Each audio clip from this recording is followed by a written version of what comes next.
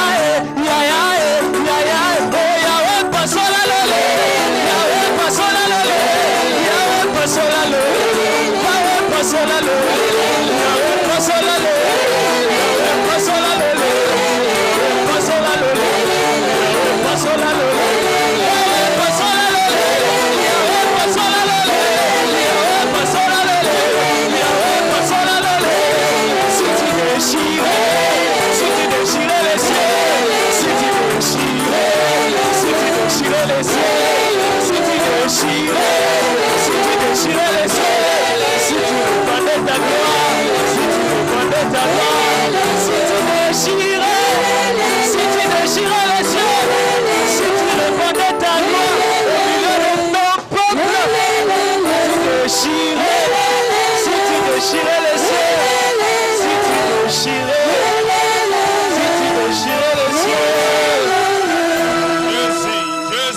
Jésus, dans son palais tout s'écrit, dans la maison de l'Éternel tout s'écrit, dans son palais tout s'écrit.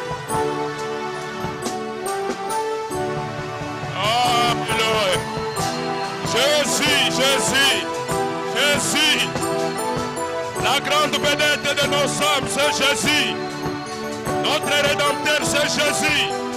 Notre Sauveur, c'est Jésus. Ce qui était mon sous-oco Utawab. Ce qui était mon sous-oco Utawab. La Nicolo Tomonité. La Mabele Tomonité. Zinga la Bichot Tomoni mon côté. Les seuls sauveurs. Les souverains sacrificateurs qui ont combattu dans la faiblesse. Les souverains sacrificateurs qui ont combattu dans nos faiblesses. C'est Jésus. Alléluia. Merci. Tokoki kovanda nzamba pambola biso. Akomina nzambe soloba. Son royaume ne consiste pas en paroles seulement, mais aussi en puissance.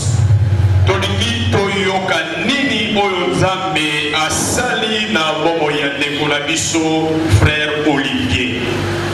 Tozobenga ndeko Olivier esika azali apusana atémoigner monene ya nzambe na biso. Wana yazopusana tozopesa offrande ya acclamation epai ya nzambe bomo. Yeye asali na bomo ya ndeko na biso. Azomérité acclamation na bomo na lelo. Alléluia. Bonsoir. Le bien dans un moment éclairé, dans beaucoup de prières, il y a papa, pasteur, si tu as le bien qui est moqué, mais c'est incontestable. C'était quoi? En 2002, on a eu la ceinture bleue pour la passer ceinture marron.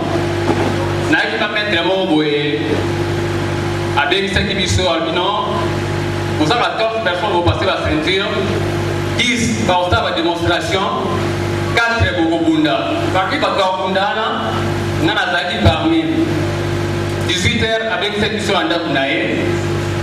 Donc il y a un bâtiment. Dans le côté, Mokos Mamuninga, Timotaliboso. Dans le côté, dans le Bokinanga, face à face Nae. Avec une opposition, dans une position. Avec un arrêt, avec un mouvement arrêt, avec un séisme, un mouvement qui est à gauche, qui est à droite, au Fukama, au taille du colo, ce qui a dit saut, au taille du colo Sambé.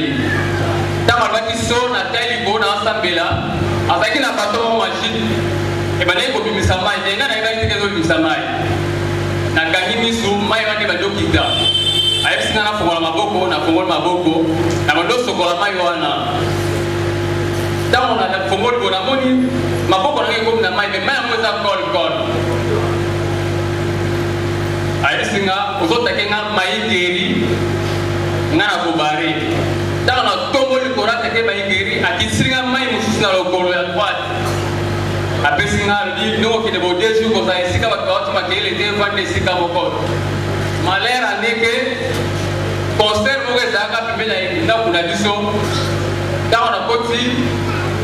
Na kila concert wana na kila petit na ngamo boy na kata concert ba boy côté critique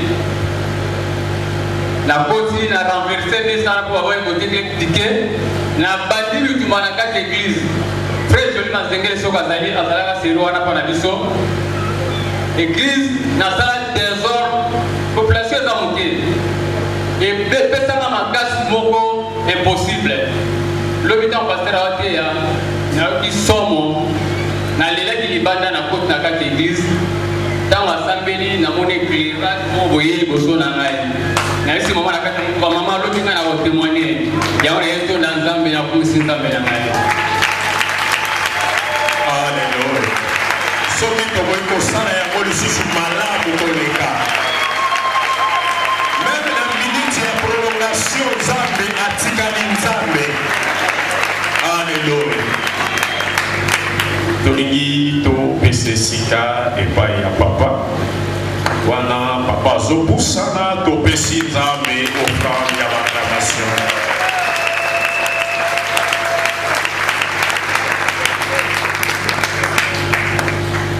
Topesi merci na nzambe epesi biso lisusu 3e jour esa moninga azali pene na yo mbote souhaite ye mboka malamu. Tosepeli komona yo papa mama jeune frère et sœur comment nzambe apambola yo 3 jours tozalaki 2 jours tozalaki béni lelo lisusu tokozala béni la 3e jour. Malheureusement mikolo eza mokuse mais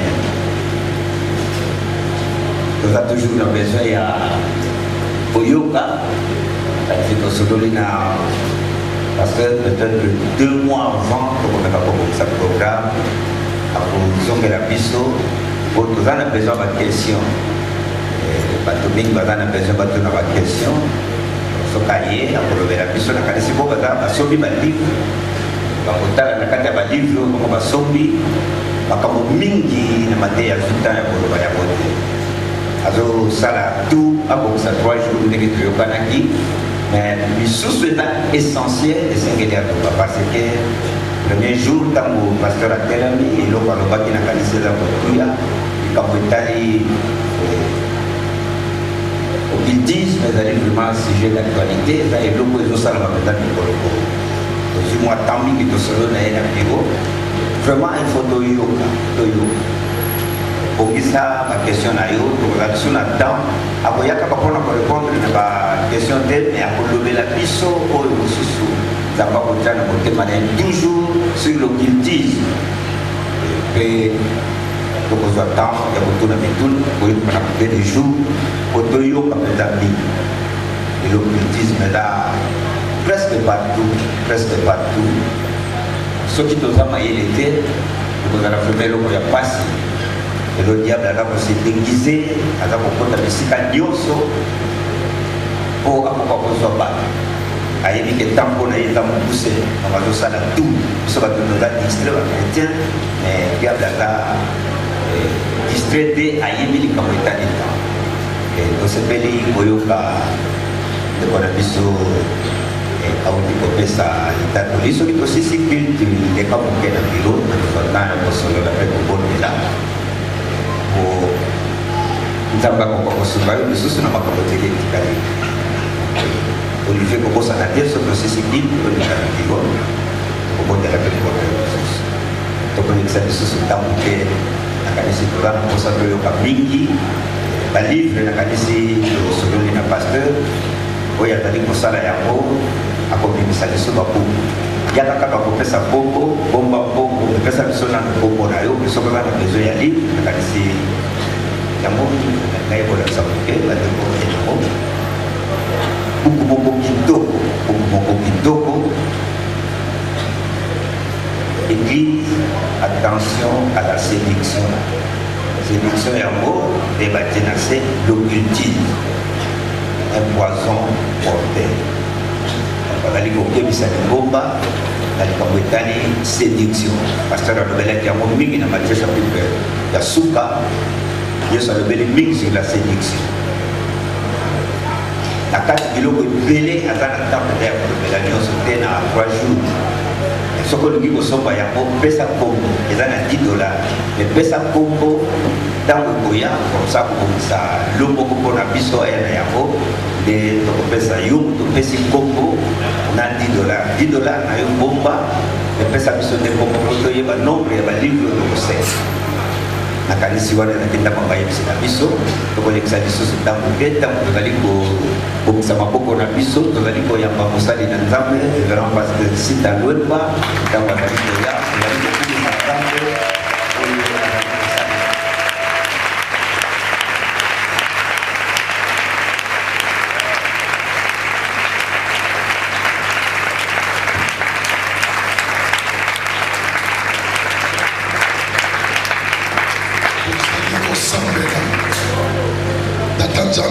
topesi yo merci na kombo na Kristo Masiya po yo oza na biso elongo kutu moi ata tomonaka yo na miso te me yo ozali kati na biso na baoyo bayamba Yesu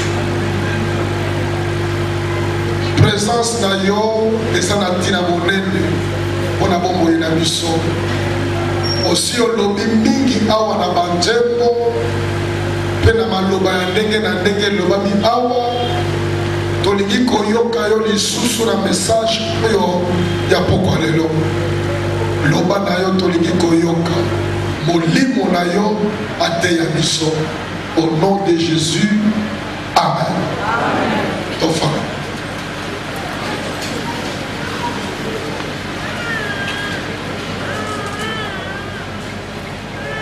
bandeko nalingi korapele likambo nalobaki mokolo ya liboso ntango napesaki définition ya occultisme na monde invisible toza na deux royaumes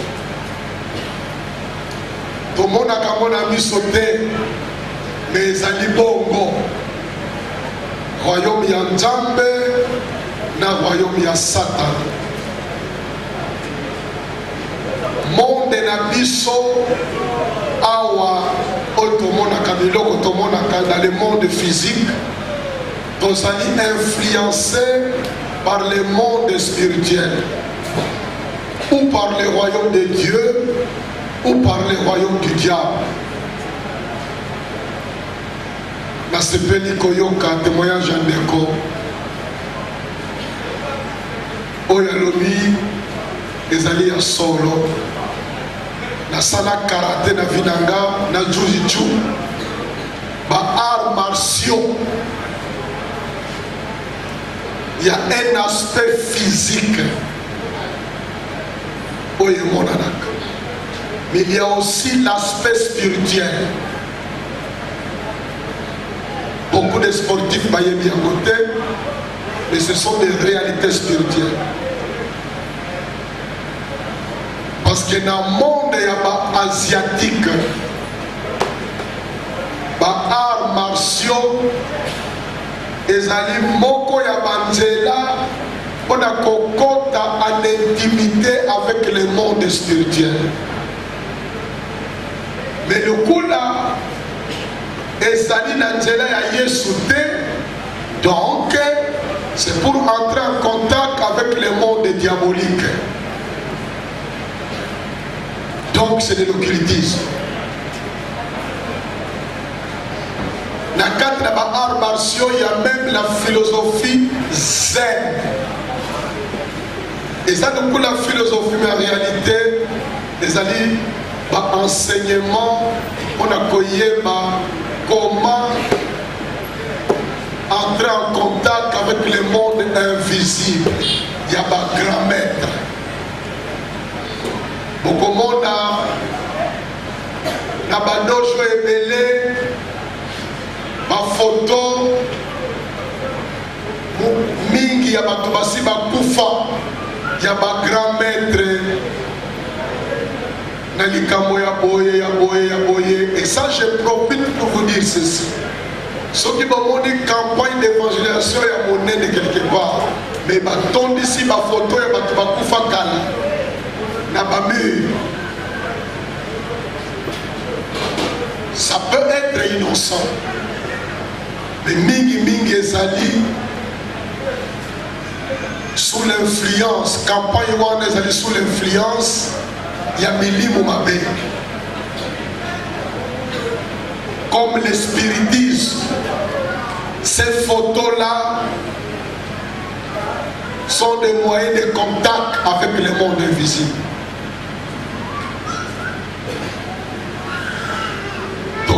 Tokena, monde komi mosika na kobeba. Je suis très content de ce témoignage et Pesamiawa. Je confirme. Oyo de Kwalobi et Zabongo. Il y a trop trop de pratiques occultes, même dans les arts martiaux. Plus aux hommes à grade, à niveau, plus fait, aux alikoyés, ma kamomoussous, ma sentir à mon keba éviter. Donc, na poko lelo na bitungisi mingi na te ya nini. Pondengo papa lobi, makambo mingi ya livre na nga na tiango pembeni. Baboyi bakotanga yango, bakozwa makambo na kati wana. Mais je voulais traiter aujourd'hui d'un thème important, kaka lokola la conclusion il y a séminaire na biso. Na pesi yango titre, attention de croire en vain. Attention de croire en vain. Keba onima na pamba.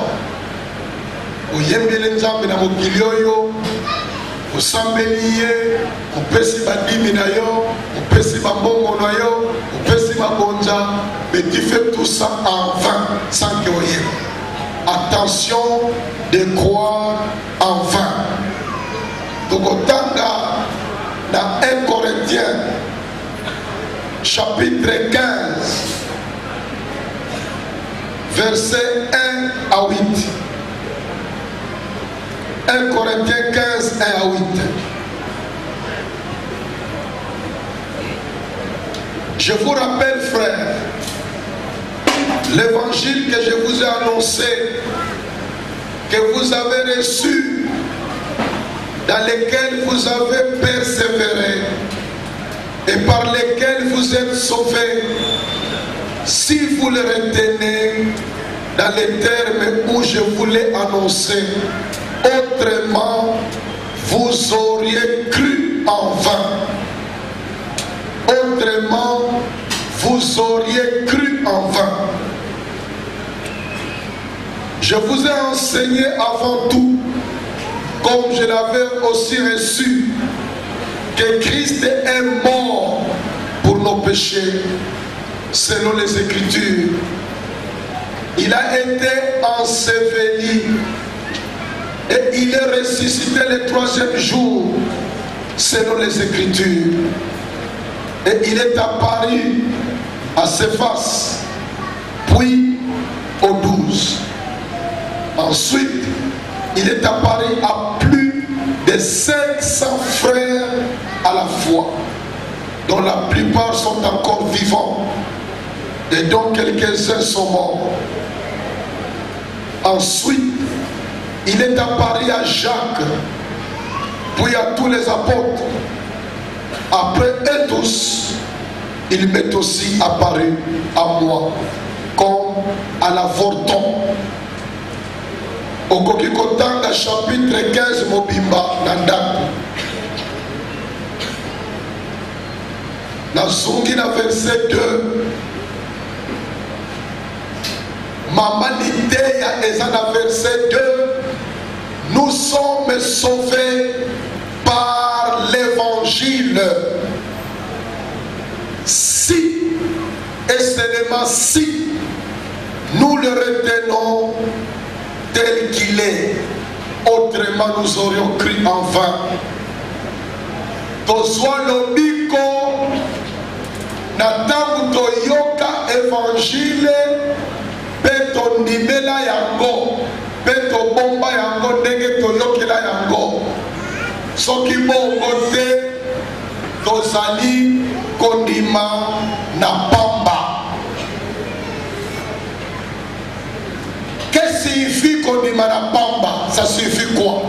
Qu'est-ce que signifie croire en vain? Croire en vain, elle dit koloba croire pour zéro comme résultat. On dimeli, mais résultat est à zéro. On dimeli, yo kanisi obika, nzokane obika na yote. Nazana exemple ya malamu pona kososola. Qu'est-ce qu'il fait croire en vain?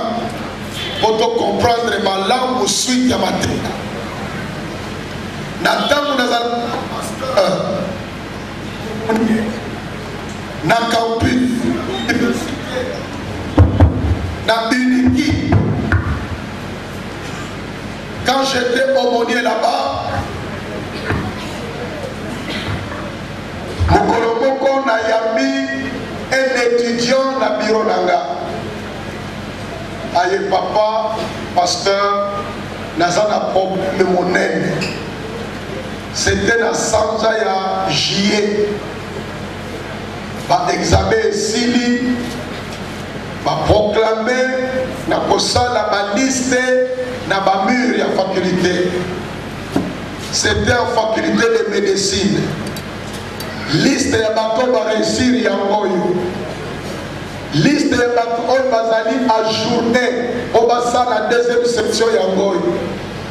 Liste ya ba refusé ba oyo ba longoli na université yangoyo. Mais na ba liste misato wana kombo na ye ezalaka te. Il était troublé. Ayebisinga na salani. En ce moment-là, le doyen de la faculté de médecine, azalaka membre de l'église.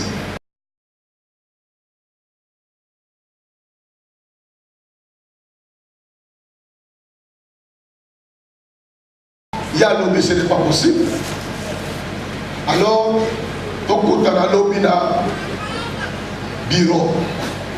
Lobby, à côté de l'étudiant, dans le bureau, il y a doyen. Avec ici appariteur, la secrétaire et la faculté, a présenté problème à l'étudiant. Étudiant a tout nié, car tenayo qui étudiant Isawa a bimisi yango. Preuve il y a paiement, il y a frais académiques Isawa a bimisi yango.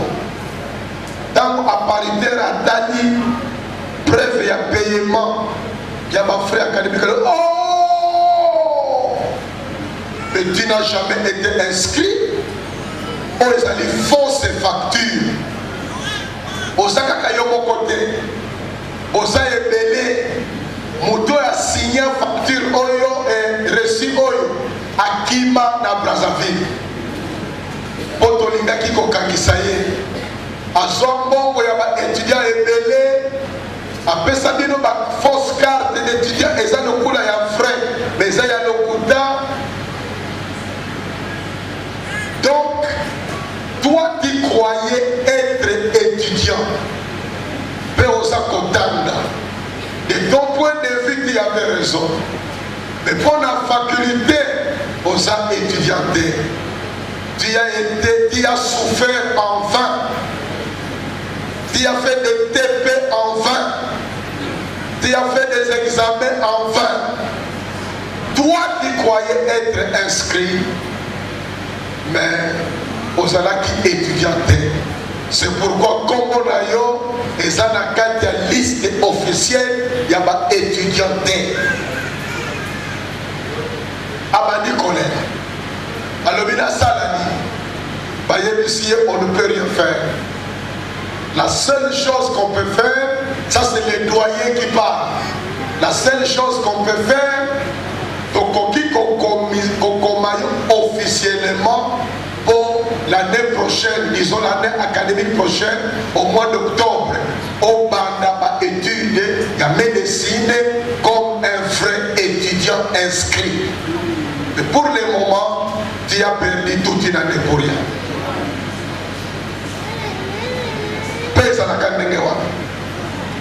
Étudiant l'élaka, la épicier, à Daoleye qu'on ne change rien. Donc, merci que les Kambouango doyen nous l'avons encouragé au mois d'octobre, proprement au mois d'octobre, enfin officiellement inscrit en tant qu'étudiant. Tokeba. Namakamanza Botolandaka, Tokoki Posala Miso Nanzam, le coup la étudiant Anna.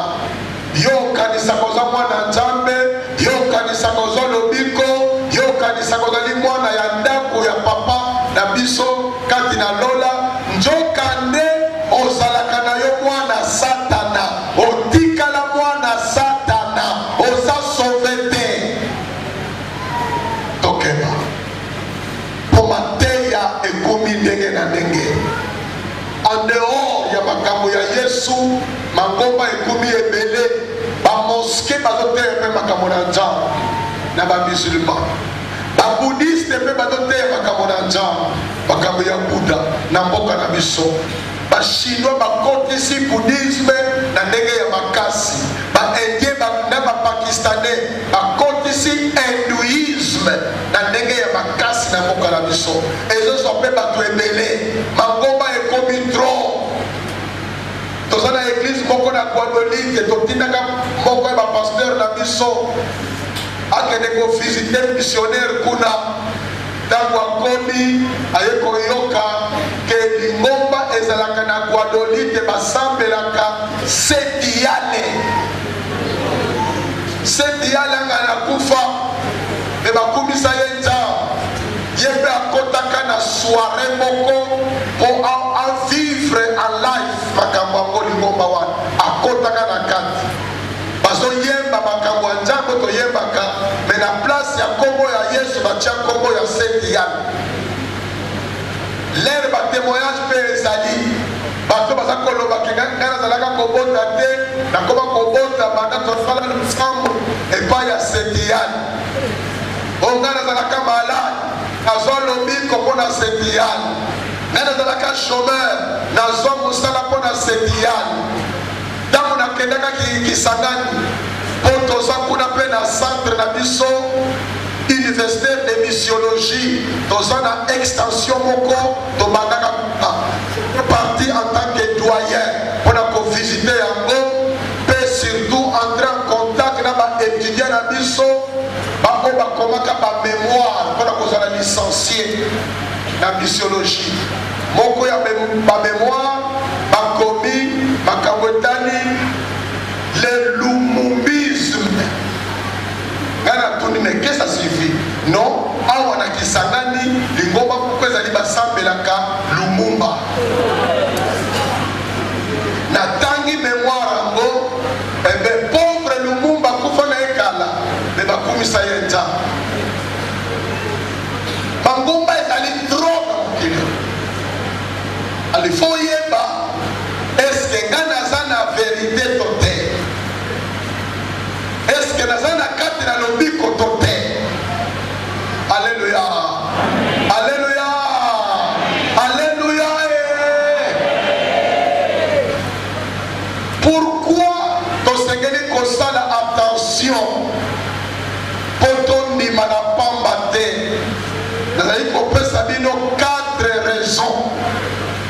4 raisons pona nini tosengeli kosala attention po tondima ya pamba te. Raison ya liboso po ete Bible ye moko azali ko avertir biso. Yango touti kotanga tout à l'heure na 1 Corinthiens 15:2. Bible alobi keba okoki kondima na pamba, yokanisi ondimaka ozwa lobiko, nzokande oza na yo na lobiko te. Donc première raison, Bible ye moko azali kokebisa biso. Raison ya mibale, Bible ezali koyebisa biso ke na ntango ya suka ya mokili bato mingi bakobwaka kondima ya solo, bakokangama na milimu ya lokuta, mpe bakokangama na mateya ya bademo. Totangaki yango na 1 Timothée 4 verset 1. 1 Timothée 4 verset 1 elobi boye na français. L'Esprit dit expressement que dans les derniers jours, plusieurs abandonneront la foi pour s'attacher aux esprits séducteurs et à des esprits et aux enseignements, à des doctrines et des démons. na ntango ya suka mingi bakobwaka kondima ya mateya ya solo, kondima ya solo bakokosama na melimo babengi baséducteur mpe bakokangama na mateya ya bademon. Tokeba kumi na ntango na yango le banda kolo kuna nalobilaki baexemple ebele ya bamessage ya bapratique ya barituel ya occultisme si ekoti na mangomba. Tokeba rezo ya misatu pourkoi tosengeli kokeba sino tokondima pa. Rezo ya misatu, Satana ye moko azali capable de se transformer en ange de lumière et de tromper beaucoup de gens. Satana azana nguya ekomilakisa lukula molimo ya nzambe ya solo mpe kokosa bato ebele. Tokotanga na 2 Corinthiens chapitre 11 verset 14. 2 Corinthiens 11 14. Et le Bible, et cela n'est pas étonnant puisque Satan lui-même se déguise en ange de lumière. Satan se déguise en ange de lumière. Satan azana nguya ya komilakisa lukula ange ya solo, lukula ange ya malamu ya nzambe. Yango nde tobengi na mikolo eleki awa la séduction spirituelle. Azana nguya wana ya kosala yango. C'est pourquoi tokende mingi kati na biso nzela ya bandoto ezalaka moko ya banzela Satana akoki kosalela mpona kokosa yo. Nga naza na beau-frère na nga akufa, azwaka bandoto mbala mitano, alotaka Simon Kimbangu mbala mitano, aza koyebisa ye kota na kibangisme kuna nde ezali verite, mangomba mosusu ezali lokuta. Mpe akota kuna ayekola théologie kuna, akufa en tant que grand pasteur. Et quand nous parlions avec lui, il avait toujours pitié de moi. Parce qu'il se disait Kimbangu yende sauveur ya solo. Yesu ayapona babindele, mais Kimbangu ayapona batumwini. Pe mateya nyonso oyo ayekola kuna amela nyonso akufa pe na yango. Quand je parlais avec lui, il disait, j'ai eu 5 songes. Bokeba, c'est une parenthèse que je voudrais ouvrir ici. Noto ezamala. Beba noto ezana source misato. Bandoto mosusu eutaka epai na nzambe. Bandoto mosusu eutaka epai na Satana. Bandoto mosusu eutaka na makanisi na biso moko. Mingi toyebi yango, mais mingi pe soki tozwi ndoto ata toyebi makambo na lobi awa, mais soki azwi ndoto mbala moko andimiki ezali ya solo. Tokeba ezali moko ya banzela oyo Satana azali kobebisa bafamille ebele. Ntango oloti mobali na yo na bakorne, ntango oloti mwasi na yo na mino milai, ne faut pas vite conclure qu'azali ndoki. Il faut discernement, parce que le diable peut aussi te tromper. Na domaine na ndoto tokoki koloba makambo ebele me toza na ntango te. Keba Satana azali expert ya kobebisa bolingo entre mwasi na mobali, ya kobebisa boyokani na kati na famille, ya kobebisa boyokani na kati na société, ya kobebisa boyokani na kati ya quartier, ya kokubi komisa yo mowumbu na ye tozala ouvert na bandoto mais tozala toujours prudent. Le discernement est toujours important. Amen. Amen. Amen.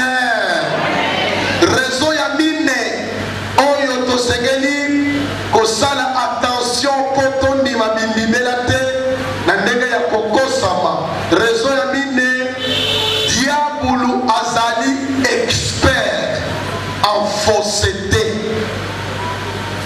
Diabulu azali expert en fausseté. C'est un grand menteur. Jésus aloba yango na Jean 8, 44. Aloba na Jean 8, 44. Diabulu azali un grand menteur. Un grand menteur. Je voudrais dire un mot aux intercesseurs. Tant que vous ensemble la pona moutana milimo mabe. Bozali kobenga na milimo mabe. Bokebaka kosolaka mingi na milimo manda. Diable nous continue à bango, c'est un grand menteur. Il y a des intercesseurs, bah, osama, na maloba sata na pesa bango, na nzela ya ba démon na ye. Nous ne devons pas développer notre discernement en fonction ya masolo oyo démon ali kopesa yo. Démon ali capable ya koloba kombo ya mutu moko boye kaka pona réputation mutu wana ekufa. Il y a des intercesseurs qui ne sont pas formés, qui croient à tout ce que les démons font. Ce ne sont pas les démons qui doivent nous aider à connaître la vérité et la fausseté. C'est le Saint-Esprit qui doit être pour nous la source du discernement. Mangoma mingi patana pour la solo entre les démons. C'est pourquoi la Koma livre beaucoup 100 questions sur les diables, les démons et la délivrance. Batekango na santé biblique de Matongé. 100 questions sur les diables, les démons et la délivrance. Dans le livre où on a beaucoup d'églises qui utilisent ça pour la conformer par intercesseur. Dans ce livre-là, je déconseille l'entretien entre Satan, entre les démons et les intercesseurs. Ça peut arriver qu'on pose quelques questions quand on sent certains blocages. Mais les réponses qui sont données, on doit les prendre avec beaucoup de prudence. C'est un grand menteur.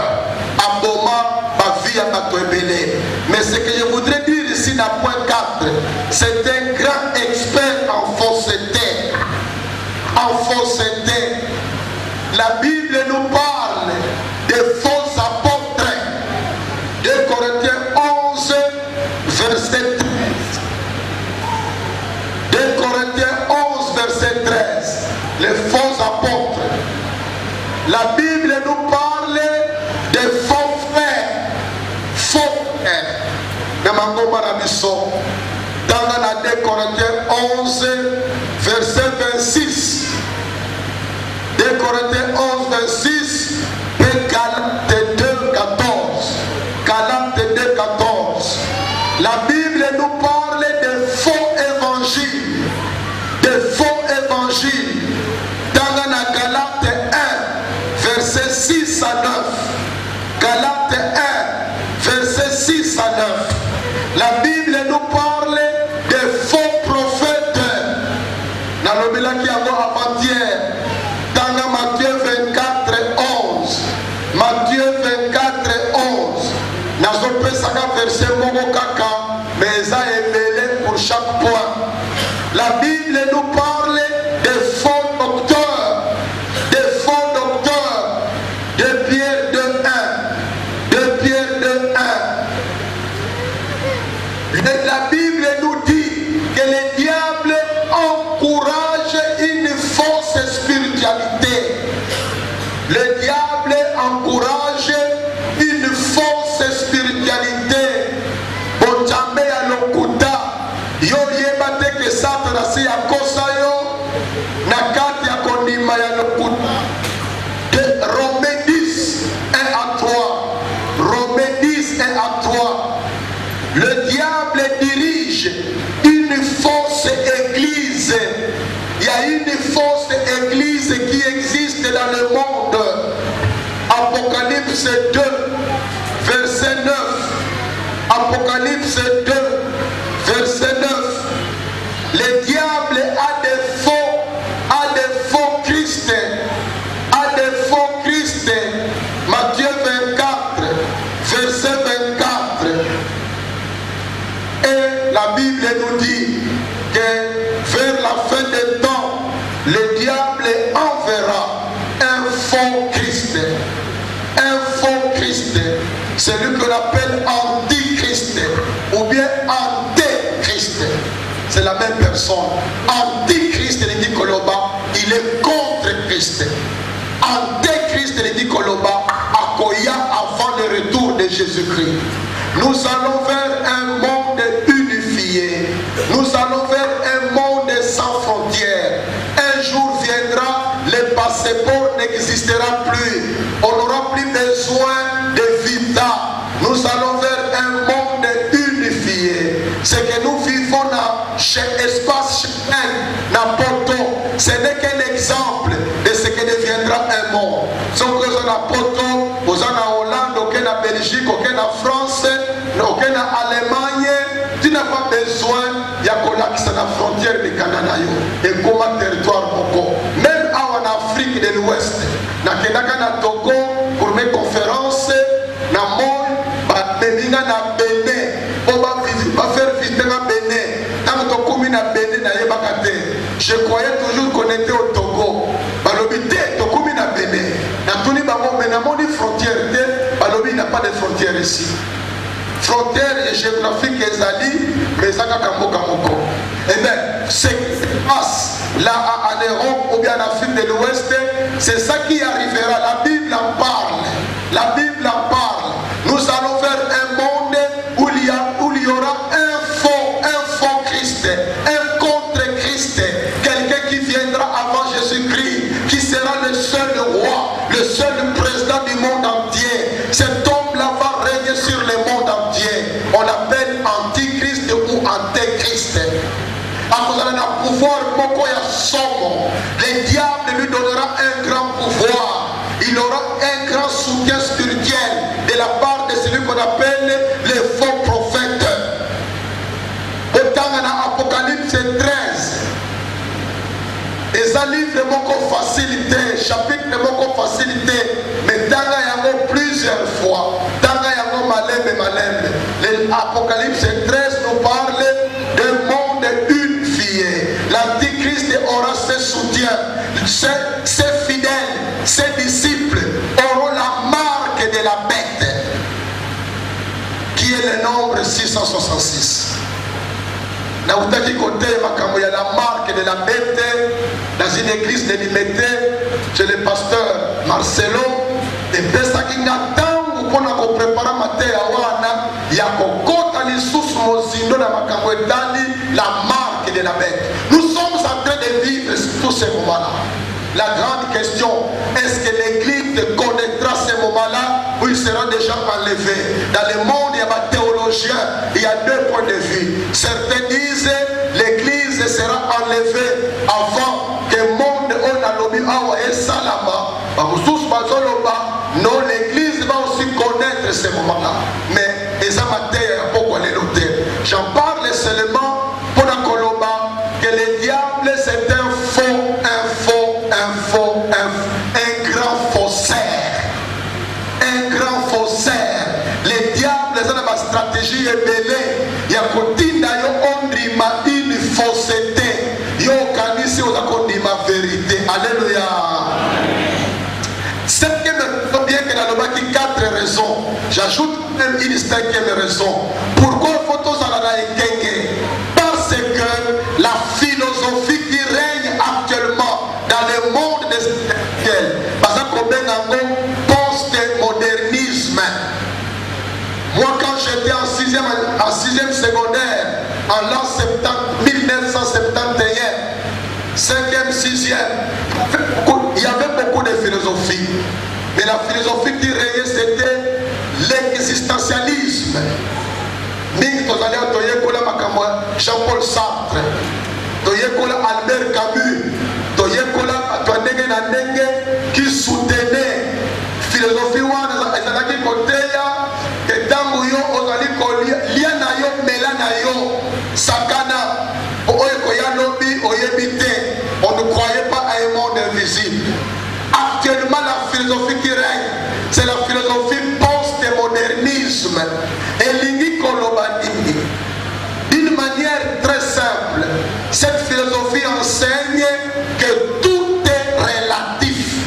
Il n'y a pas de vérité absolue. Ce qui ont nimi ni kamonayo, conforcé baninga banimakote. Oyo nimi zali vérité pour nayo. Ce qui m'ont dit aboyi yango la vérité mususu dika ye libre. Na kata philosophie wana bazali koloba na bana classe que il y a trois mots clés qui définissent cette philosophie. Le mot construction, déconstruction, reconstruction. Vous allez comprendre simplement. On a dit qu'il y a beaucoup d'intellectuels ici qui comprennent plus facilement que Bamoussoussou. Mais Eligi Kolobani, Namoukousse. Construction Eligi Koloba, Makamo Otobenga Kamakamo Yamala. Un jour, Batobayoka Nakapona Kotonga Yango. Par exemple, dans les domaines sexuels, Kobala Mwasi Mobal. Un jour, Batouba Alobaka, Dika Makamwango, Ezala Bongo, Yo Bala Mwasi, Ozamobal, Yo Mwasi Bala Mobal, Ozamwasi. C'est ça qui est bon. La société, à un moment donné, avait accepté ça comme étant Eloko Yamalam. Mais le temps est fini de la construction. C'est-à-dire ya koboma toyokani toboma ke oyo eza malamu toboma yango.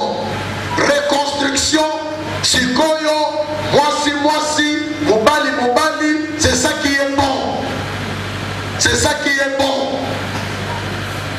Tango imelobi na bala mwasi po naza mobali ube naza mwasi na bala mobali, c'est yoko ninga te bandima kaka makambo na yo. On a déjà déconstruit ça. C'est ça qui fait que Balindele, malgré Mayele, Bazali Kondima, Makamo Yonanga, Tozoko n'a pas si pour la Kondima. Mobal Abali Mobal, moi c'est Abali Msi. Et ça soutenu par cette philosophie de post-modernisme. Namikole Koya, Tokoyoka Sango, Mobal Abali Mbouanaye. Moi c'est Abali Mbouanaye. Et ça Kosalama déjà. Nana moi c'est Nanga, j'avais dit ça, je crois avant-hier, je ne me rappelle plus. Nana moi c'est Nanga, ton fanda na Amsterdam, 5e niveau, na immeuble Moko. Tozoko tala na C, et si Kabatana Kabilamba. Moi c'est Moko, Azako Benda Lolemo ya Mbouanaye. Ce sont des choses qui se font déjà. Mais bientôt il y aura des lois qui vont voter ça. Bientôt il y aura des lois. Moutou, Azana droit, Yakobana Makapu Naye, Akobana Daba Naye. Et ça la maka déjà de temps en temps. Na Inde et ça la maka. Parce que na Inde, dans les religions, on croit à la réincarnation. Ce qui moutou a koufi, abota makali susu, akoki kobota manjete. Akoki kobota manyama songolo. Moi j'ai des images dans zone à journaux, na kataka mingi ba journaux. Na zone image moko ya mobali moko asali si fête monene na ngua mwasi na ye. Alobi ke mwasi na nga oya kufaka azongelinga en tant que moi balatisi ye malamu. Soki okonti na internet masolo ya boy ezali ebele. Mariage entre un homme et un animal.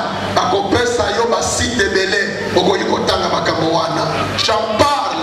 Pona koloba ke to kontina monde moko makambo obele ya kokamwa. Alléluia. Fuka. Que faire pour ne pas croire en vain? Pour ça la ligne potondrima en vain.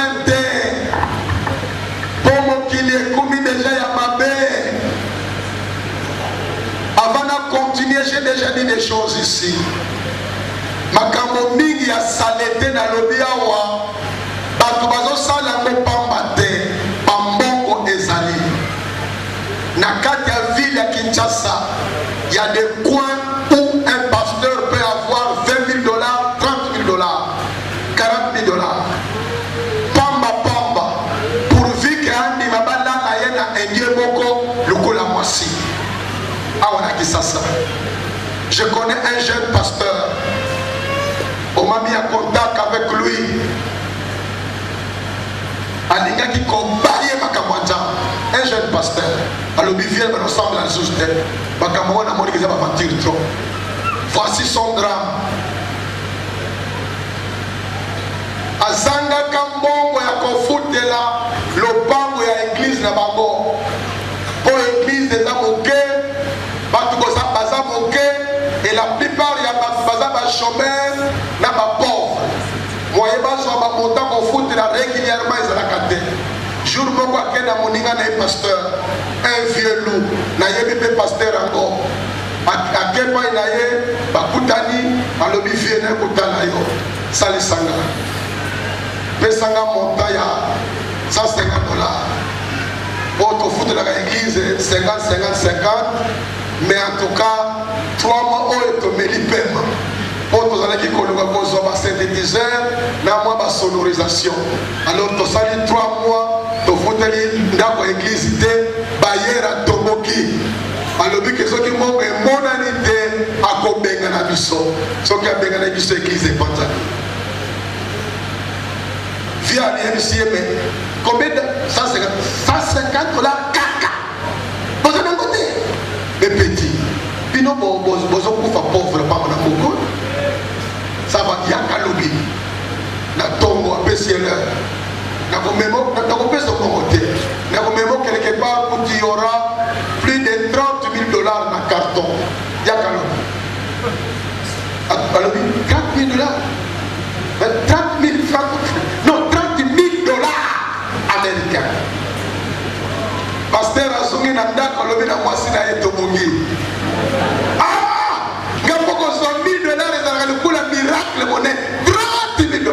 Pasteur alalaka na butote.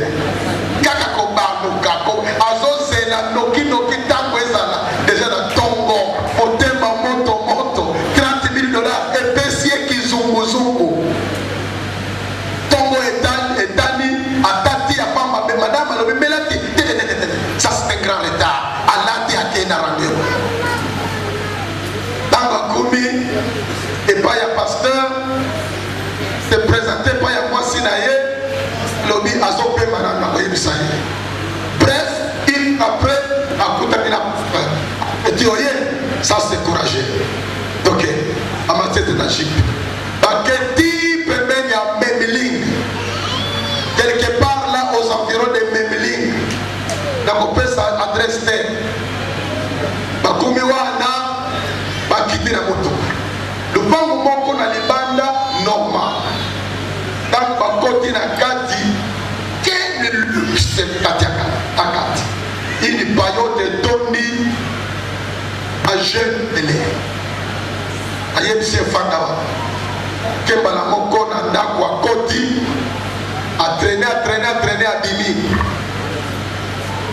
Alors il petit, il y a un compte dans d'accord, au bagate.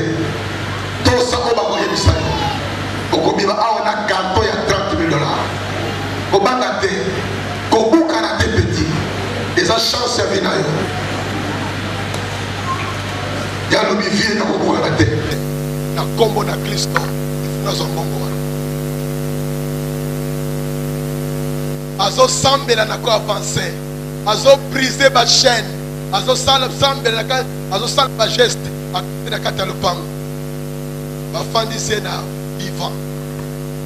Afandi, azo sambela kana afandi.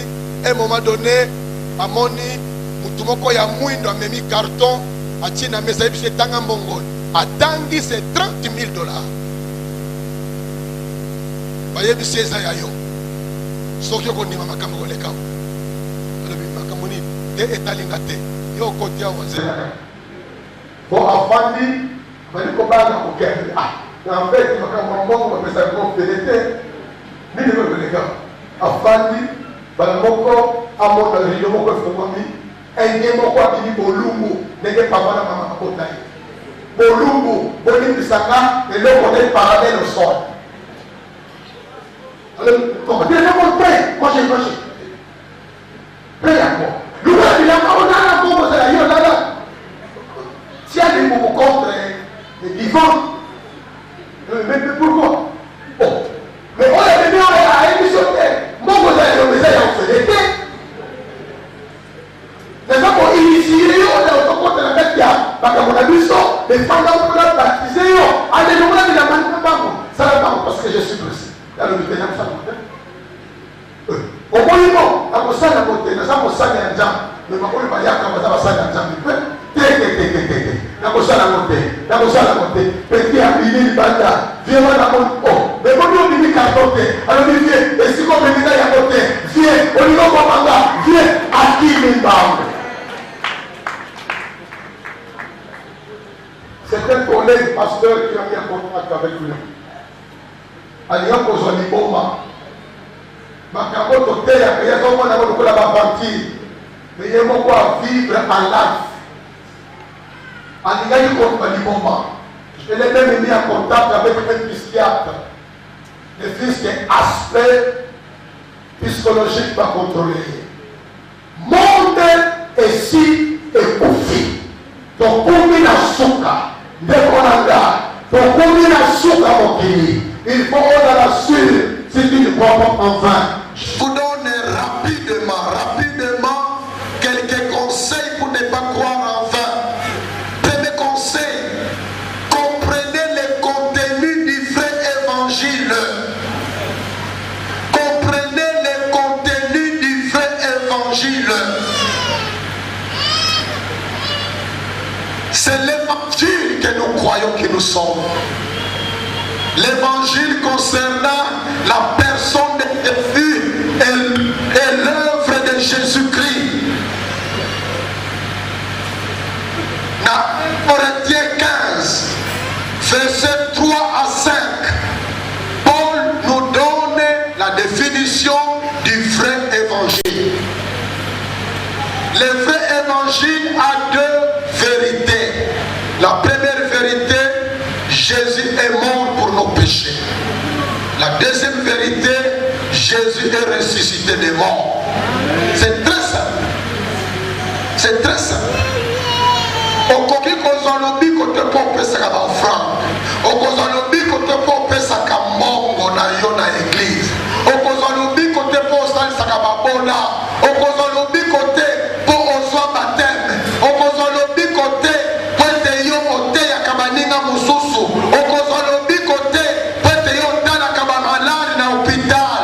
Okozalobi ko soki ondimi ke oza mutu wa masumu. Bongo ondimi ke Yesu akufa mpona masumu na yo, anyokoma mpona masumu na yo, babeta ye mpona masumu na yo, baboma ye mpona yo mpona masumu na yo, ondimi yango mpe ondimi ke akufa bakunda ye me asekwa. Ntango yo ondimi likambo wana, Bible elobi oza na lobiko. Alléluia.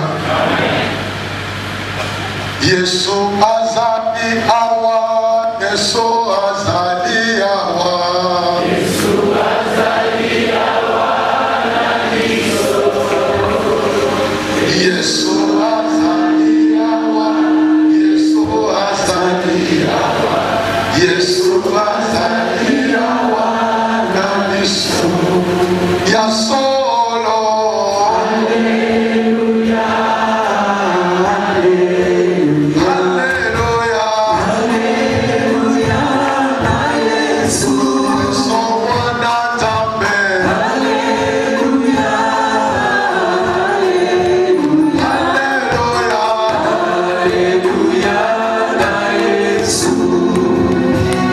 Soto como naye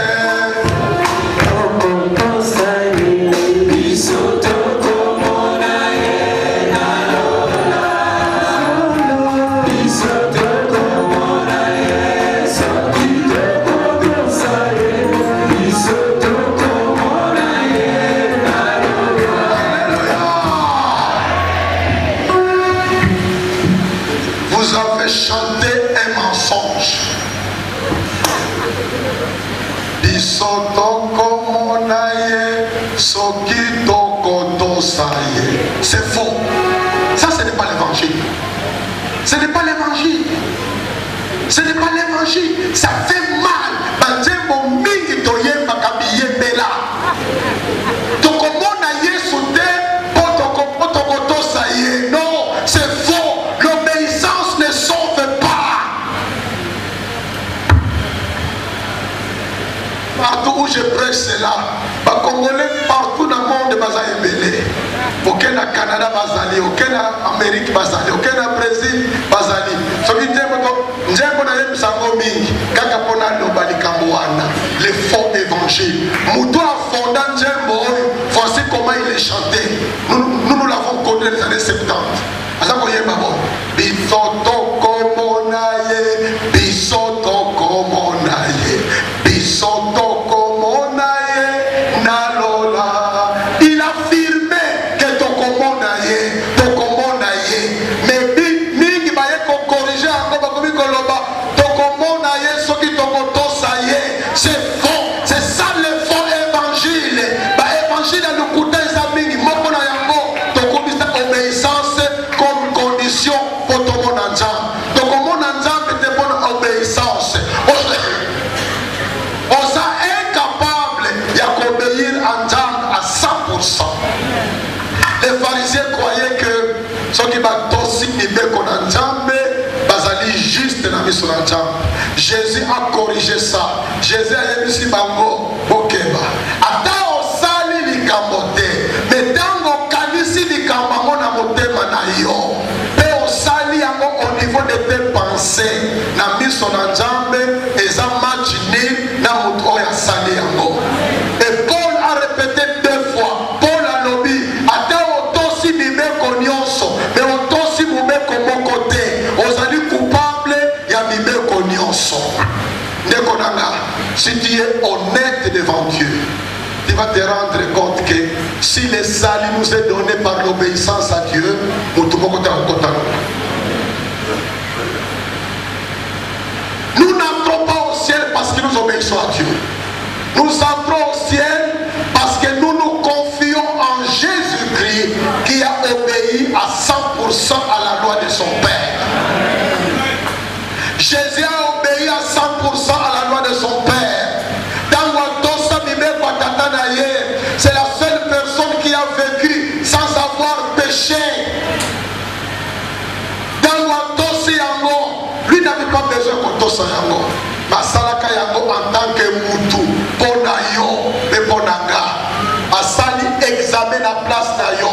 Dans la 100%, diplôme oyazwa. Dans le libélié, ma pension diplôme n'a pas une enjambe. Na biso na enjambe comme komonana. Otosa bibeko son enjambe. C'est ça qui signifie être justifié. Nous sommes justifiés en Jésus-Christ. Et il dit Colomba, Dieu nous déclare non coupables. Il nous déclare que nous avons obéi à 100% Namibé Konaye. Notre obéissance n'est pas là pour gagner le ciel. Notre obéissance est la preuve que nous avons cru en Jésus-Christ. Nous obéissons à Dieu par reconnaissance. Nous obéissons à Dieu parce que c'est la vie chrétienne normale. Une personne sauvée a la soif d'obéir à son Dieu. Donc Nzembo Oyo, Bandane le changer encore. Banzembo mingi toyebaka et la kisaka kozanga koyeba évangile. Alléluia. Si toi qui m'entends dans ce soir, tu n'es pas sûr de ton salut, prends la décision d'accepter Jésus-Christ. N'aie pas honte de le faire. Jésus est venu pour toi sur cette terre des hommes. L'obéissance qu'on a besoin n'est pas fondé sur nous, c'est fondé sur Jésus. Namokolona balaka, bayibaka ngambongo ya mariage 4 jours avant mariage et salama. Makambo ya coutume, na ya commune, na ya ndakwanza. Un ami personnel m'a volé cet argent-là. Mais le coup la famille à moi sinanga, bazalaka bato ambongo oyanga pauvre. Et bien famille na e bazako luka occasion nyonso mpona koboma libala na biso. Mais comme ma femme et moi nous nous aimions, nous avons tenu à ça. Alors 4 jours bayibinga biloko nyonso. Toyokani na fiancé que soki tobimisi secret ya na famille na ye et cause la raison baloba ces garçons les chassent. Tobombi secret.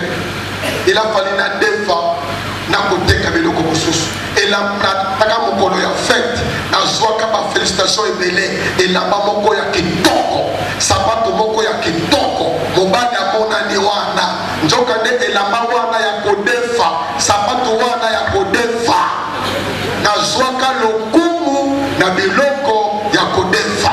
C'est comme ça que nous sommes devant Dieu. Oye pesa biso lokumu na biso na nzambe eza kotosa na biso te ezande justice ya Yesu Kristo Masia. Tango yambi Jésus, Nzamba latisio perfection de Jésus-Christ. Alatisio justice de Jésus-Christ. Alatisio sainteté à Jésus-Christ. Na miso na Nzambe, tango Nzamba aza komona yo, aza komona ndenge amona ka Jésus-Christ. C'est ça l'évangile. C'est ça qui nous sommes. C'est ça la parole de Dieu. Alléluia.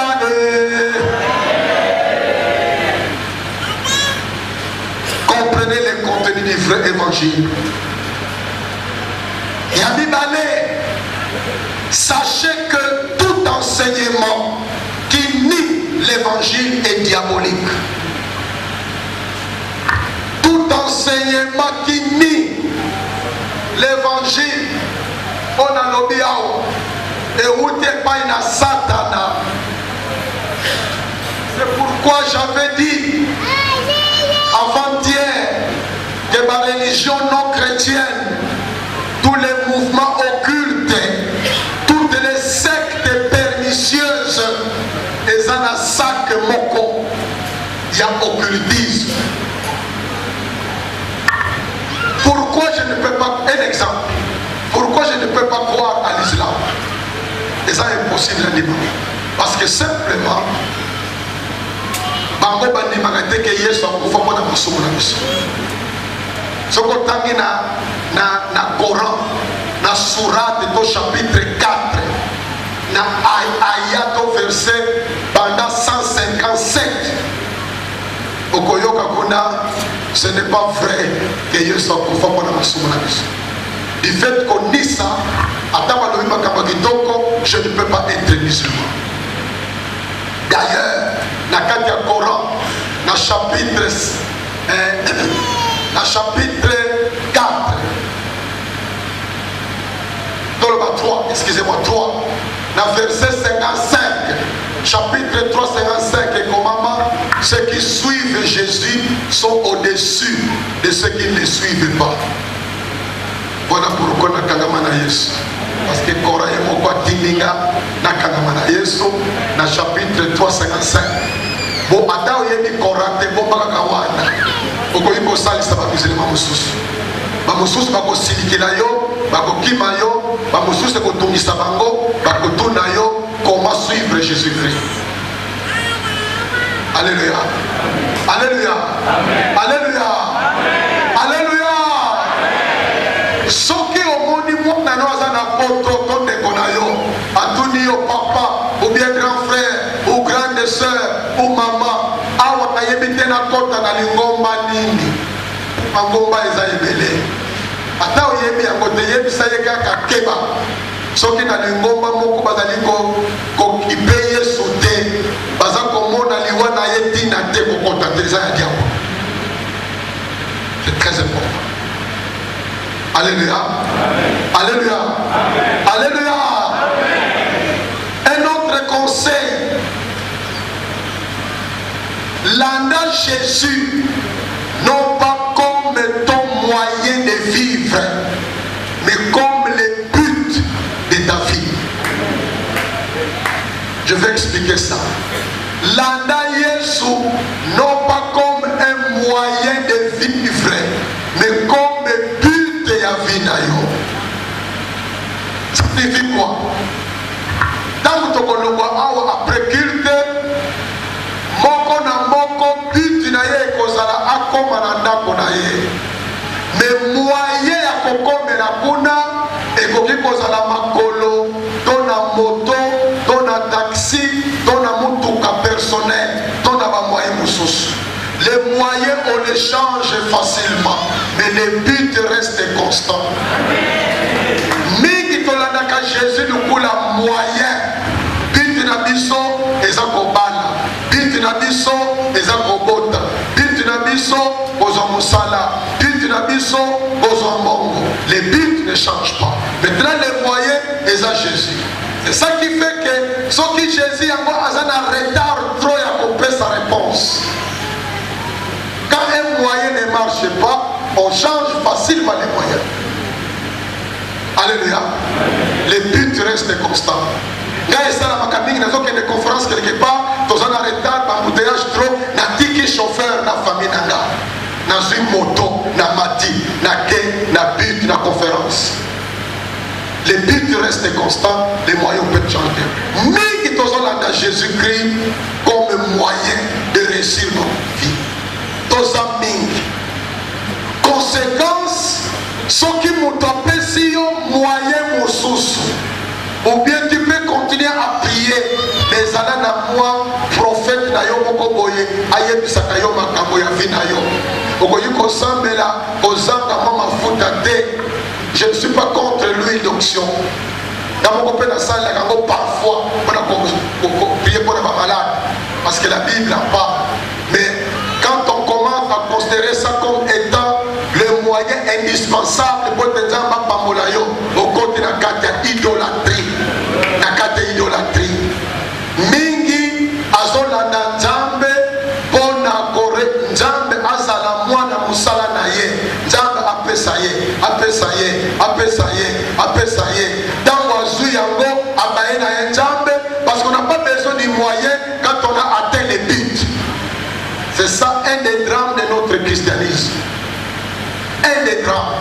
Cette manière de vivre le christianisme, et ça est outil na katia culture na biso africaine, na katia animisme, na katia makambo ya nzambe ya bakoko na biso, na makambo ya nzambe ya bokoko tokendeke pa ya nganga to pa ya mutu asalisa biso po to atteindre but na biso. Mingi bakota na bonzambe na makanisi wana akota na bonzambe. Jésus a les moyens de vivre. L'église que j'avais, c'est à Den Haag, en Hollande. Un de mes prédicateurs, c'était un frère très engagé. Très engagé. C'est un garçon qui m'encourageait beaucoup par son engagement. Mais les rois n'ont pas eu ma papier à Kofanda, na Katna Hollande.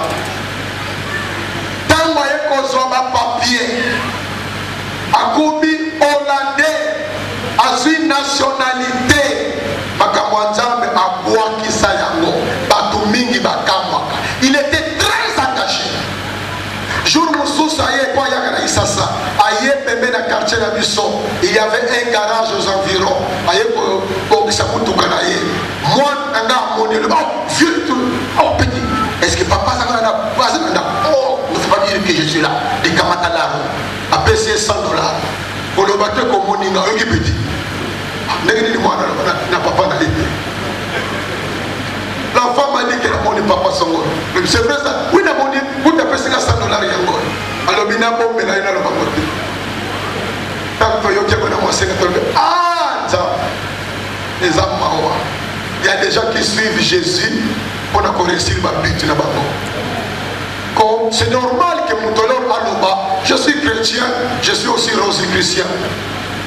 Je me rappelle en 84, je devais changer de maison à Salongo. Batinga a contact na bailleur. Na côté bailleur, tu m'as dit qu'on soit là, place mon gars, qu'on soit moi coca. Il y a des gens ah, c'est toi frère Sita. On m'appelait à l'époque frère Sita. Il y a des frères Sita. Il y a des gens qui sont chrétiens, dans un livre maïcarien et rosicrucien. Mais dans un chrétien. On a fait des niais. Na kata motema na lobby na kokota dossier wana te pona na za na posa na konaye nakokipe yango après mpo na boyeke badiscussion na biso etinda ye aboyanga nafandi kaka nde naseki kaka nalobi oui je suis chrétien comme toi me ngai maïkarien na rosicien nalobi tokosala yango après pour le moment tokipe na ndako tosigna contrat dans la suite des temps tokutanaka na bandi kolakisa ye qu'on ne peut pas être chrétien en même temps rose chrétien en même temps maïkarien les discussions wana ebotaki eloko moko te mpo na ye lokola sango moko ayebisaka ye ke ezali normal akangama na likambo wana. Ça c'est croire en vain. Ndeko na nga landa Jésus comme but ya vie na yo. Voici l'exemple de quelqu'un qui suit Jésus comme son but. Alia te akangamikaka na Yesu. Sante na ye ezonga malamu to te akangamikaka na Yesu. Abota te akangamikaka na Yesu. Abala te akangamikaka na Yesu. Po yebi ke Yesu azali final pona ye. Ayebi ke Yesu de suka. Ayebi ke Yesu de lobiko. Ayebi ke Yesu de lisalisi. Ayebi ke suka na suka Jésus-Christ akobatisa ye, akopambola ye, akokanisa ye. Yesu Kristo Masia n'a jamais échoué na kosunga bato oyo batielaka ye motema. Alléluia. Sois un chrétien engagé. Bwaka mabe na vie na yo. Kangama na Biblia. Zala mwa sambo. Mobali alo sambo. Soko za na deuxième bureau kata relation wana. Soko kangama na mobali ya bato kata relation wana. Okangama na mwasi ya bato kata relation wana. Ozoka mbongo ya tricherie ya ba fausse facture. Tika izaleli wana. Oza mutu ya bakisi. Bwaka bakisi. Oza na mutu ya ba relation sexuelle en dehors du mariage. Boya yango. Oza mutu oyo olinga kuchila baninga poison. Poba kufa. Poba habitude wana. Jésus atikala mokonzi ya vina yo. Atikala elombe ya vina yo. Atikala nyonso pona vina yo. Mes frères et sœurs, bientôt Jésus revient. Bientôt Jésus revient. Des prophéties de la Bible se sont déjà accomplies et d'autres s'accomplissent devant nous. D'après la Bible, le retour de Jésus n'est plus loin. Ça l'a prêt. Jésus a joyau, a kudayo prêt pour être enlevé. Tika mokili, mokili zana suka, mbongo zana suka, tolinga mbongo te. Eza mabete kozwa mbongo, eza mabete koluka mbongo, me luka yango lokola nzambe na yo te. Mbongo eza nzambe na yo te. Nzambe na yo apesa biso mobikisi, c'est Jésus-Christ. Donc on a mis ça. Ce soir, je voudrais prier pour notre frère Moko, ton soeur Moko. Nenga yebili vina ye, asambela kana ye, atanga ka Biblia ye baka, mena vina ye poto ezali. Yo Moko yebi poto oyo, ezonga katango nyonso na vina yo. Ozana souci ya kolinga Jésus na solo. Olandaka Jésus na solo, mais poto ekangama na vina yo. Je voudrais prier pour toi, lelo na pokwa, pote poto wana elokwa. Ekoki kozala, okangama na moyibi, okangama na kindumba, okangama na bakisi, okangama na koswana, okangama na kofinga, okangama na kozanga kolimbisa bato basala yo mabe.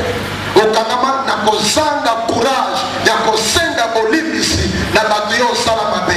Okangama na eloko moko yo moko regretaka pote eloko wana ebongi na chrétien te, mais ozalaka na courage ya kotika ngo te.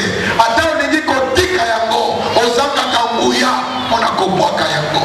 Soki yango nde situation na yo esika ozali telema nasambela mpona yo pote na pokwa lelo Jésus akangola yo koyoka soni te. Jésus est dans la salle, azali prêt ya kopesa yo bonson. Merci, merci, merci. C'est personnel. Kanga miso na yo okipe baninga te.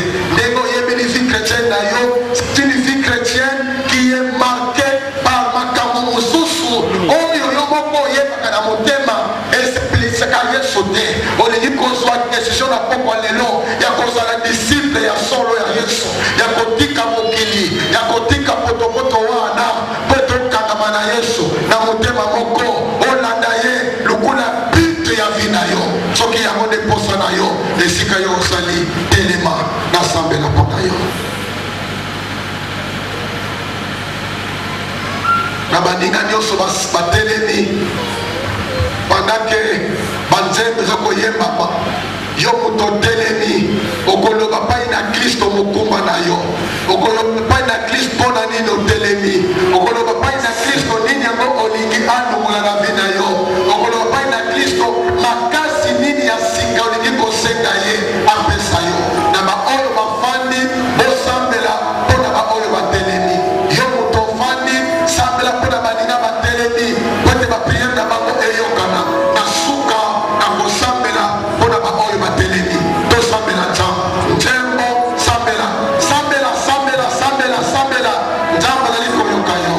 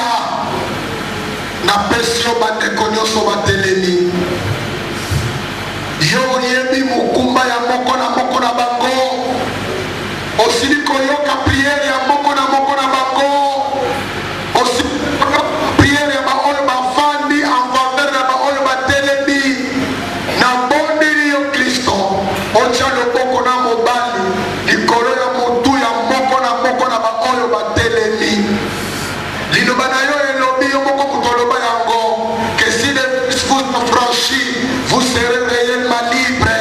Tiens le bon qu'on a les frères, ya soeur. Pesa moko na moko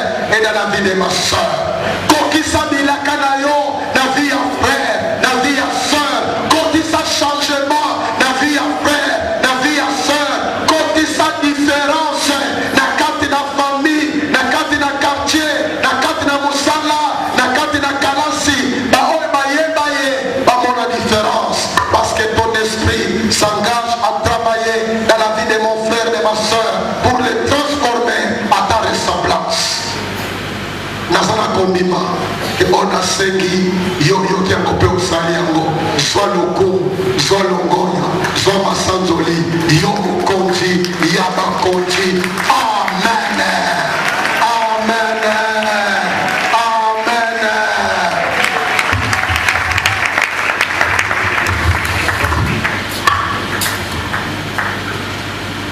Besi merci na ntango ya besi biso mikolo misatu nzambe na biso azwa lokumu. Avant tozwa mayebisi na biso tokozwa lisusu ntango tokobondela mpona révérend pasteur Sitalema.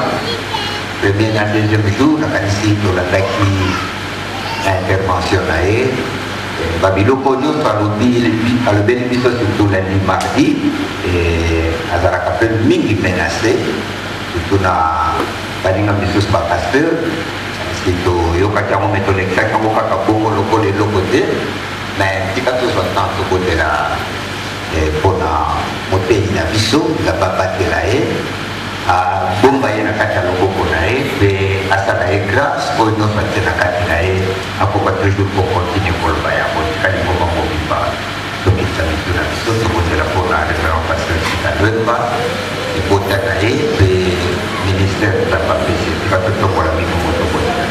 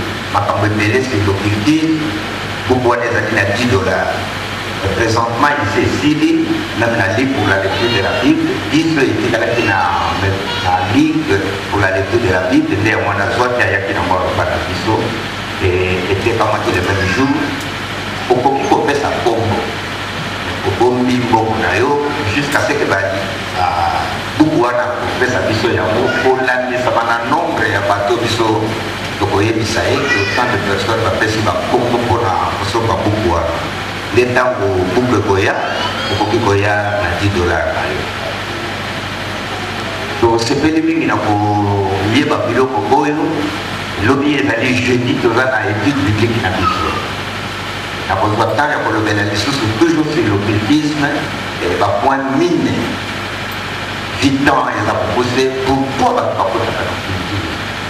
Et donc on est ça avec le mot bisiko na bazopekisa tokota alisi na kosexcuse na baseur na biso nayebi te nani azalaki na programme lobi atuka excuse lokola euti koloba malandi mardi mercredi toprofite mpona kolobela yango juste kozanga te s'il vous plaît kozanga te otokolobela biloko esalaka te motake lokota na biloko kote kozala mokolo moko eza mpasi mpona kolobela nyonso mais tokozwa mpenza temps ata na mbango kolobela 2 ou 3 même 4 soki temps ekopermettre biso kasi wana nde ezalaki ndambo ya mayebisi na biso na koremercie église mobimba mpona présence ya moko na moko un grand merci nzambe aza na besoin tozwa koyebi mpo tokomi na ntango ya suka etan ya suka ye mpo tozala mayele toma nzambe abatela moko na moko kanisi tokozwa mayebisi na biso mais simba comprendre na yo tokodela mpona baofra. C'est très clair que celui qui ne croit pas à ce que la Bible nous dit sur Dieu et sur son Fils Jésus-Christ, il ne peut pas normalement s'appeler enfant de Dieu ni chrétien.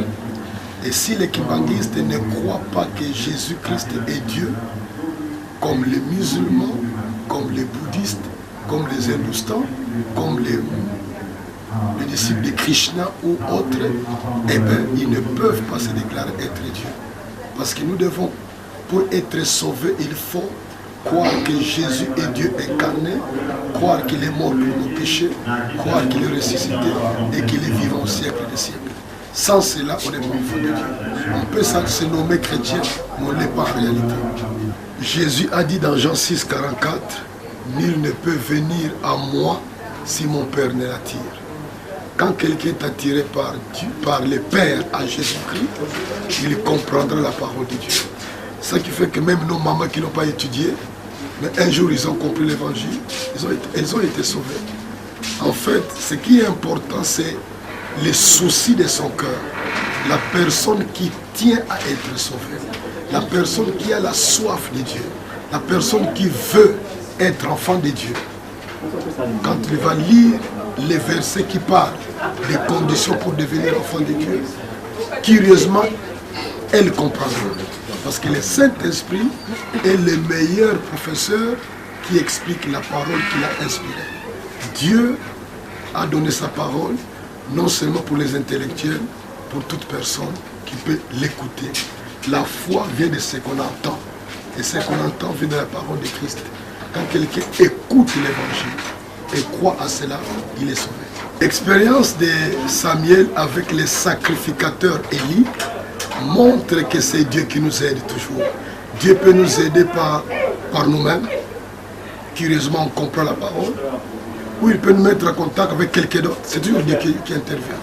Le cas de Samuel peut être comparé au cas de l'eunuque éthiopien qui lisait la Bible. Et puis Dieu a mis à ses côtés le diacre Philippe pour comprendre la parole. Je répète, si on a un souci de connaître la volonté de Dieu, de connaître ce que Dieu veut de notre vie, Dieu nous aidera toujours en utilisant des moyens qui sont nombreux. Il y a des gens qui sont venus à Christ par un rêve. Il a eu un rêve. D'autres ont eu la vision de Jésus-Christ. D'autres ont rencontré le Seigneur dans une prison, en pleine souffrance, dans ses réflexions, en lisant un livre, l'intelligence est ouverte. Dieu, il a plusieurs moyens de nous faire connaître les chemins qui conduisent au salut. D'autres églises, les pasteurs de foi invitent les fidèles à amener des offrandes de chiffres. Exemple 2018, vous allez amener une offrande de 800 francs, 8000 francs, 80 $, tout ça. D'autres le font au début du mois. Ils disent que tellement le mois de janvier est le nez du reste de tout le mois, alors ils sacrifient ces mois-là aux enseignements, prières pour mettre des fondations solides qui peuvent l'aider à accomplir, soit à bien terminer toute l'année. Que votre lecture encore cette manière de procéder ne peut pas toujours être condamnée parce qu'il faut d'abord comprendre la motivation de la personne qui pratique ça. Il y a des gens qui pratiquent ça avec des convictions occultes. Il y a d'autres qui pratiquent ça simplement en imitant les autres qui le font. Il y a d'autres qui pratiquent ça pour manipuler les gens. Ils inventent des théories qui obligent les gens à venir à plusieurs rencontres, mais derrière tout ça, l'homme ou la femme de Dieu voit simplement les offrandes qui seront nombreuses pendant de telles rencontres. Donc vous comprenez qu'il est difficile de généraliser la condamnation. Il faut que c'est la personne qui fait ça qui connaît exactement pourquoi il fait ça. Mais ce qui est vrai, c'est qu'on ne peut, moi je ne peux pas imposer ça à tout le monde. Parce que la Bible ne me donne aucun fondement d'une telle pratique. Tout ce que nous faisons, nous devons nous référer à la Bible qui est notre autorité. C'est-à-dire c'est elle qui nous dit quoi croire et comment nous comporter. Quand la Bible ne nous dit rien sur quelque chose, j'ai la liberté de faire ça ou de ne pas faire ça, pourvu que je sache que la chose n'est pas contre la loi de Dieu ou contre la loi du pays. Christ revient bientôt. Le retour de Jésus est parmi les vérités les plus soutenues de la parole de Dieu. Il y a plus de 300 passages qui parlent du retour de Jésus. Alors que, par exemple, la Sainte Seine, il n'y a même pas 10 versets qui en parlent. Mais ce passage-là de Jésus qui revient, plus de 300 passages. C'est l'une des vérités, la plus populaire de la parole de Dieu. Mais malheureusement la plus cachée aussi.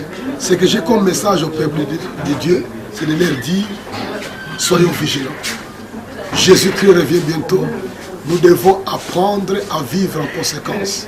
Travaillons pour lui, consacrons nos vies à lui, soyons sérieux dans notre marche pour la gloire du Seigneur Jésus. Surtout évangélisons, proclamons la vérité pour que beaucoup de gens soient sauvés comme nous.